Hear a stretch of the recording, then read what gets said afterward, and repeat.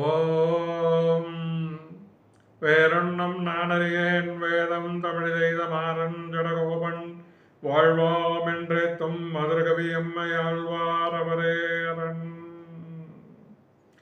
வணக்கம் உறவுகளே, நலமா இருக்கீங்களா?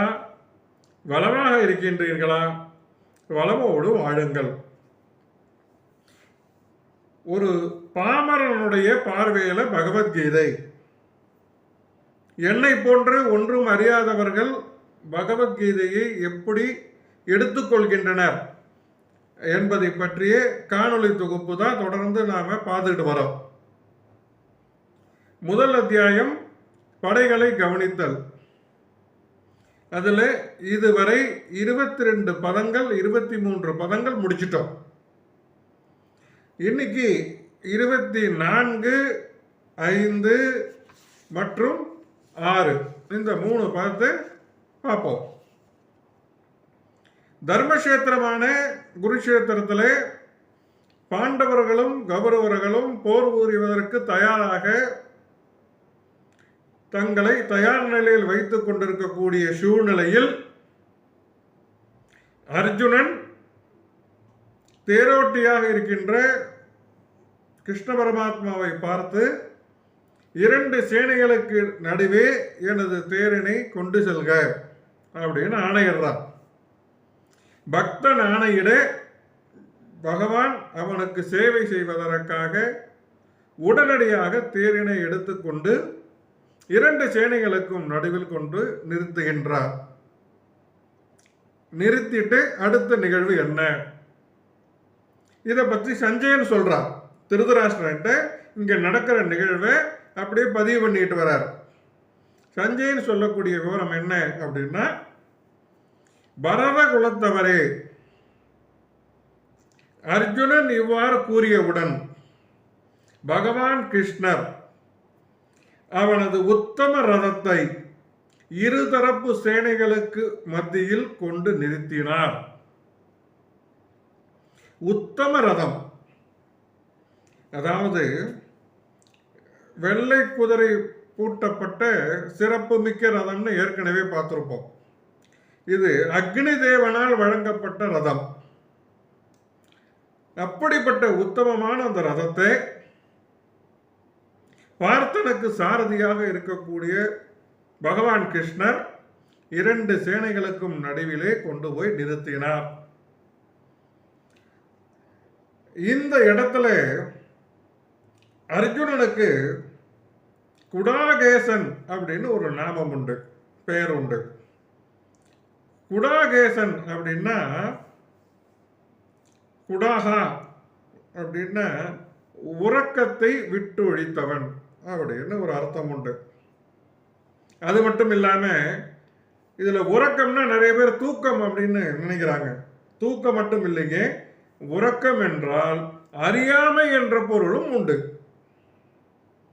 அப்ப அறியாமை என்கின்ற தன்மை அவங்கிட்ட கிடையாது, அதை விட்டு ஒழித்தவன். ஏன் அப்படின்னா பகவானோடு இருப்பதால். யாரெல்லாம் பகவானோடு இருக்கின்றார்களோ அவர்களுக்கு இது எளிது.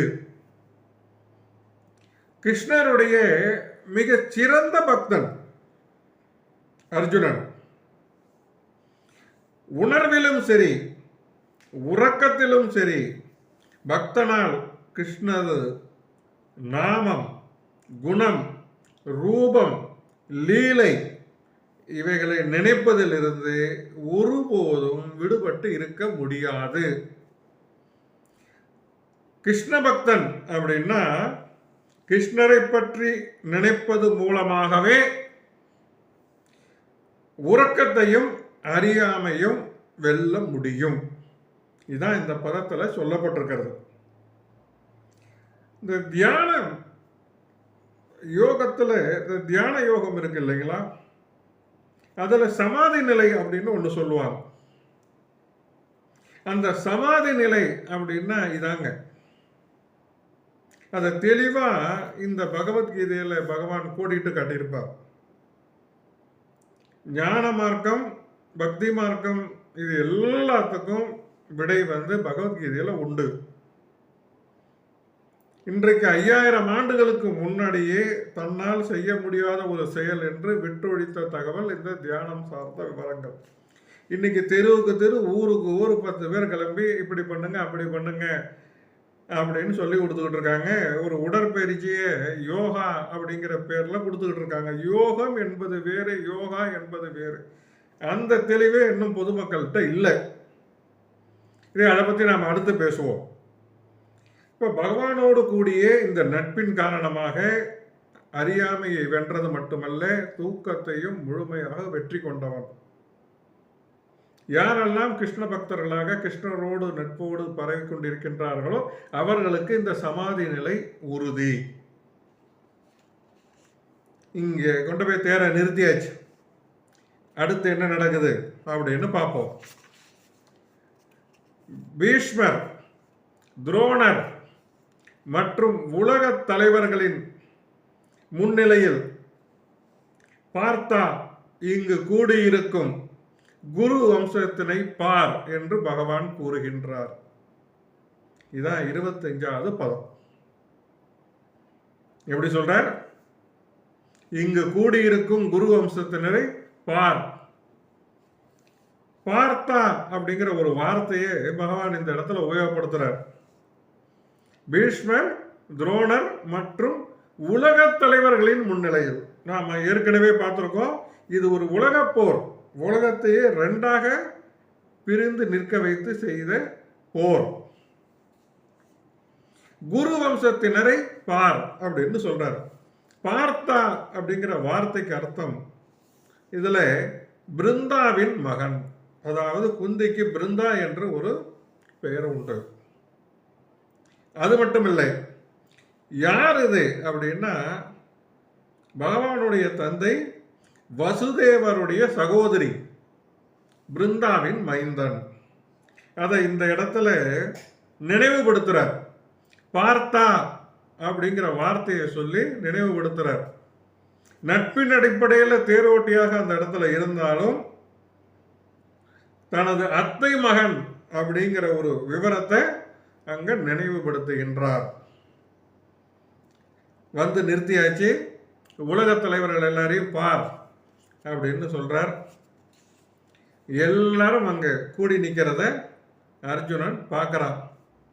அடுத்த பதம் என்ன சொல்லுது? 26வது பதம் அப்படின்னா, போர்க்களத்தின் இருதரப்பு சேனைகளின் நடுவே நின்றபடி தந்தைமார்கள், பாட்டனார்கள், ஆச்சாரியர்கள், மாமன்கள், சகோதரர்கள், மகன்கள், பேரன்கள், நண்பர்கள், மாமனார்கள் மற்றும் பல நலம் விரும்பிகள் கூடியிருப்பதை அர்ஜுனனால் பார்க்க முடிந்தது. இங்கேதான் ஒரு சின்ன கலக்கத்தை பகவான் உண்டு பண்ண போறார். அந்த நிகழ்வை தான் இங்க நடத்தி காட்டுறார். அது என்னங்கிறது அடுத்தடுத்து நாம பார்க்கலாம். இந்த போர்க்களத்துல எல்லா விதமான உறவினர்களையும் அர்ஜுனனால் பார்க்க முடிகிறது. பூரீஸ்வரன், ஏற்கனவே இந்த பேரை நாம பார்த்திருக்கோம், தனது தந்தையுடைய கூட்டாளி. பீஷ்மர், சோமதத்தர், இவங்கெல்லாம் பாட்டனார் வரிசையில் வர்றவங்க. துரோணாச்சாரியார், கிருவாச்சாரியார் போன்ற ஆச்சாரியர்கள், சல்லியன், சகுனி, இவங்கெல்லாம் மாமாக்கள் வகைரா. துரியோதனன், இவங்க எல்லாம் சகோதரர்கள். லக்ஷ்மணன் போன்ற மகன்களையும், அஸ்வத்தாமன் போன்ற நண்பர்களையும், கிருதுவர்மன் போன்ற நலம் விரும்பிகளையும் கண்டான். இந்த பதமே அதை தான் தெளிவாக எடுத்து சொல்லுது.